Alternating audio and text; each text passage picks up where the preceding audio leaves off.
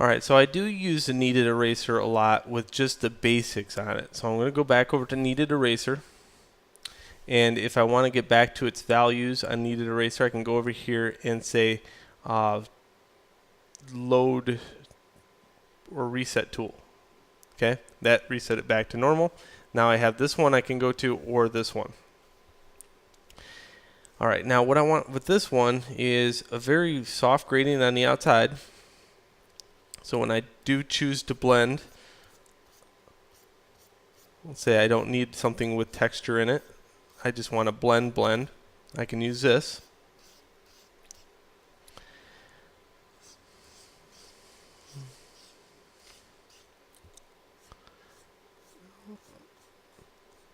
And you can see if you want to make that soft edge around the form, you can using this brush. Because not everything in life has an outline. In fact, nothing has an outline in real life. Good. So that is my brush. I like this one. I'm just going to call it Blender.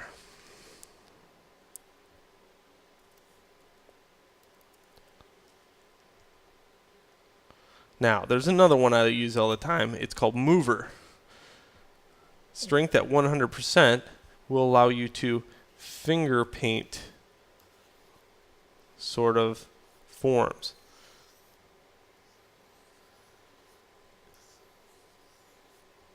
And this has saved me so much effort and time over the years on developing like hair or some kind of tentacle.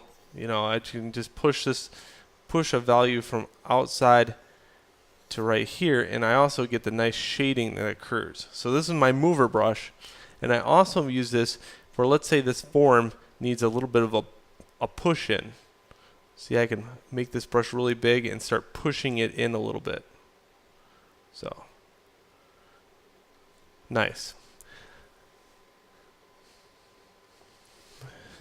I call that my mover. Okay, so now, I get this. I can go to mover. I can move that around. Look, I can almost push it right off the screen. I could jiggle it around a little bit and give it texture. Get the blending with texture. That's on a nice value. Good. Alright, so now that I got the basics down pat, another thing that you have to understand that you draw a lot more with the eraser than you draw with the pencil. So what I need is a very nice eraser. And the eraser I want has a blending on the outside, like 300. Okay, and a very low flow. And airbrush. Okay, so I should be able to go like this, and I can now knock those values down, or go in here and highlight areas on my drawing. This is almost like what the kneaded eraser does, but unlike the kneaded eraser, this leaves no texture behind, and it kind of destroys all texture.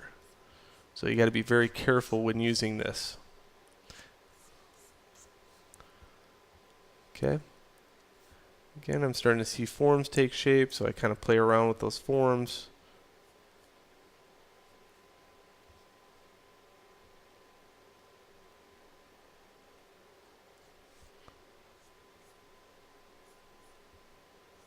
And I'll just doodle for a second with this whole workflow, kind of see if it works out for me.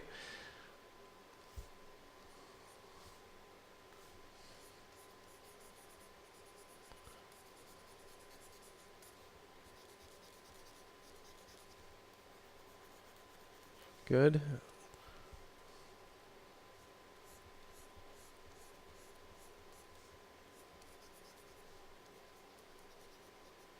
You can see with this blending tortillon thing, I can knock back those outlines so they're not perfect, and then they don't look all sketched in there, and I can start adding some realism to it. Good. Okay, so I'm happy with that eraser. I'm going to call this my soft eraser.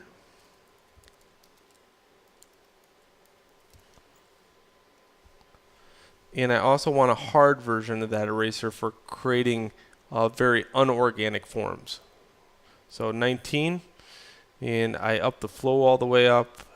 This should make a really, really, really hard line.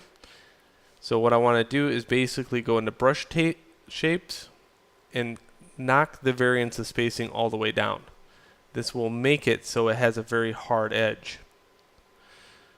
Okay, so in here I want hard eraser.